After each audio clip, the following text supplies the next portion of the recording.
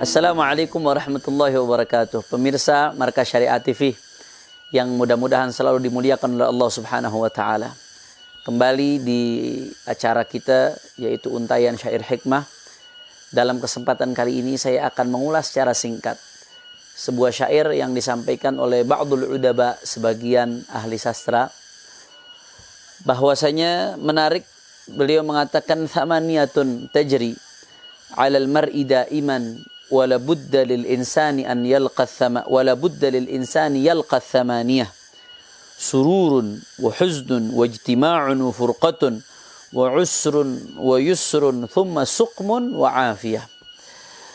Beliau mengatakan di sini thamaniyatun tajri 'alal mar'i da'iman. Ada 8 keadaan yang selalu berputar dalam kehidupan manusia. Manusia hidupnya berputar di 8 keadaan ini saja, muter-muter di situ saja. Wala budda lil insani yalqa thamaniyah. Dan setiap orang selama dia hidup di dunia, setiap orang pasti akan bertemu dengan 8 keadaan ini. Apa saja 8 keadaan tersebut? Yang pertama sururun, yang pertama bahagia. Wa huznun, yang kedua sedih. Wa ijtima'un, yang ketiga berkumpul. Wa furqatun, yang keempat berpisah atau perpisahan. Wa usrun, yang keenam keadaan sulit, susah. Wa yusrun, yang keenam keadaan mudah. Thumma suqmun, yang ketujuh keadaan sakit. Wa afiyah, yang kedelapan keadaan sehat, afiyah.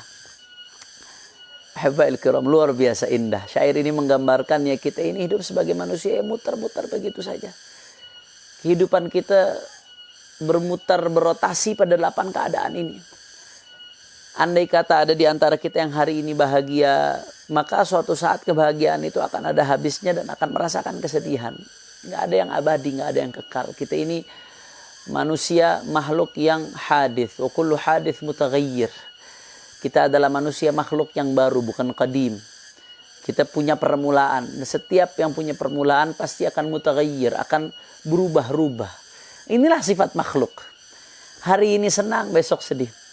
Hari ini sehari ini sedih, besok senang. Tidak ada yang hanya senang saja dalam dunia ini.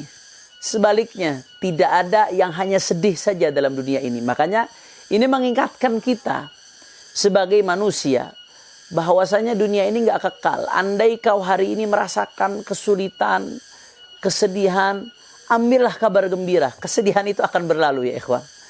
Kesulitan itu pasti akan berlalu. Kesedihan itu pasti akan berlalu. Tangisan itu pasti akan habis dan terhapus. Terganti dengan tawa, dengan senyuman. Tapi sebaliknya, manakala kita gembira, senang di dunia ini, maka ingatlah gembira itu pasti akan ada habisnya, ada batasnya. Kecuali kegembiraan karena Allah Subhanahu wa taala. Kegembiraan di dalam ketaatan, maka kegembiraan itu akan memberikan buah kegembiraan yang abadi nanti di akhirat kelak.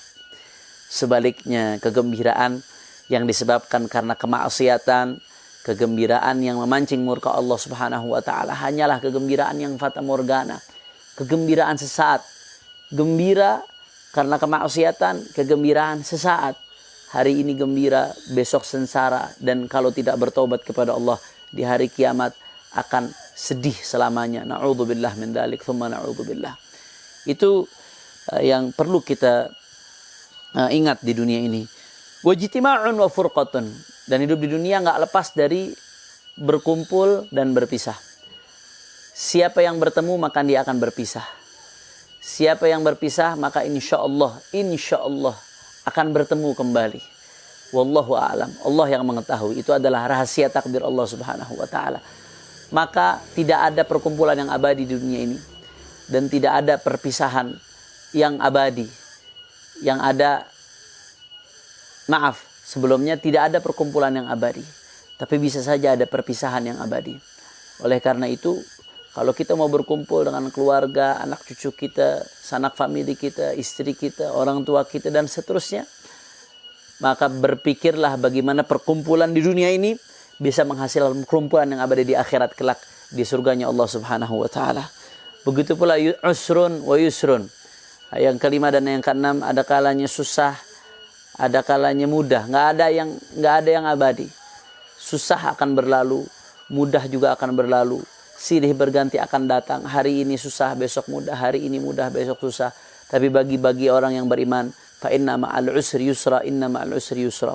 Satu kesulitan kalau dihadapi dengan keimanan kepada Allah Subhanahu wa taala akan menghasilkan dua kemudahan. Fa inna ma'al usri yusra, inna ma'al usri usra. Fa inna ma'al usri yusra, inna ma'al usri yusra. La yaghlibul usru yusrin. Satu kesulitan tidak akan mengalahkan daripada dua kemudahan manakala kita sikapi dengan keimanan kepada Allah Subhanahu wa taala. Tsumma suqmun wa afiyah. Dan hidup di dunia ini tidak lepas dari sakit dan sehat. Orang yang sehat mungkin besok akan sakit.